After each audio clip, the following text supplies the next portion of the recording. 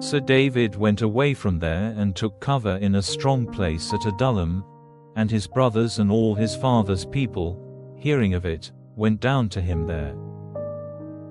And everyone who was in trouble, and everyone who was in debt, and everyone who was bitter in soul, came together to him, and he became captain over them. About 400 men were joined to him. And from there David went to Mizpah in the land of Moab. And he said to the king of Moab, "Let my father and mother come and make their living place with you till it is clear to me what God will do for me." And he took them to the king of Moab, and they went on living with him while David was in his safe place. And the prophet Gad said to David, "Do not go on living in this place, but go into the land of Judah." Then David went away and came to the woodland of Hereth. And news was given to Saul that David had been seen, and the men who were with him. Now Saul was in Gibeah, seated under the tree in the high place, with his spear in his hand, and all his servants were in their places before him. Then Saul said to his servants who were there about him, "Give ear now, you Benjamites. Will the son of Jesse give to every one of you fields and vine gardens? Will he make you all captains of hundreds and captains of thousands?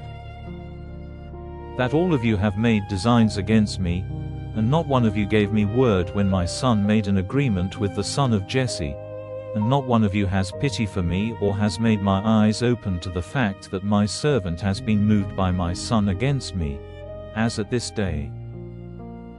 Then Doeg, the Edomite, who was by the side of the servants of Saul, in answer said, "I saw the son of Jesse coming to Nob, to Ahimelech, the son of Ahitub. And he got directions from the Lord for him, and gave him food, and put in his hand the sword of Goliath the Philistine." Then the king sent for Ahimelech the priest, the son of Ahitub, and for all the men of his father's family who were priests in Nob, and they all came to the king. And Saul said, "Give ear now, O son of Ahitub." And answering he said, "Here I am, my lord." And Saul said to him, "Why have you made designs against me with the son of Jesse, giving him food and a sword and getting directions from the Lord for him, and helping him to take up arms against me, and to be on the watch to make a secret attack on me as he is doing now?"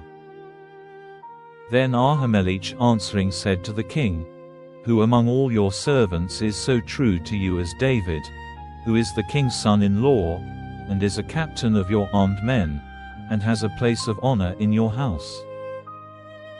Is this the first time I have got directions from God for him?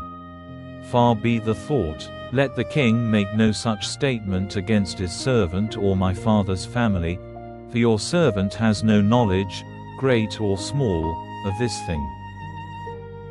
And the king said, "You will certainly be put to death, Ahimelech, you and all your father's family."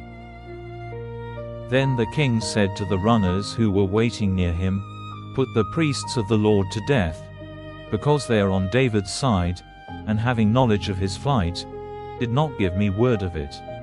But the king's servants would not put out their hands to make an attack on the Lord's priests.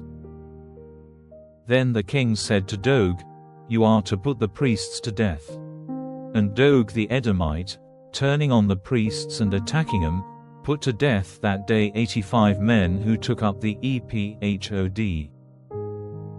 And Nob, the town of the priests, he put to the sword, all the men and women, children and babies at the breast, and oxen and asses and sheep. And Abiathar, one of the sons of Ahimelech, the son of Ahitub, got away and went in flight after David, and gave him the news of how Saul had put to death the Lord's priests. And David said to Abiathar, "I was certain that day, when Doeg the Edomite was there, that he would take the news to Saul. I am responsible for the lives of all your father's family. Keep here with me and have no fear, for he who has designs on my life has designs on yours." but with me you will be safe.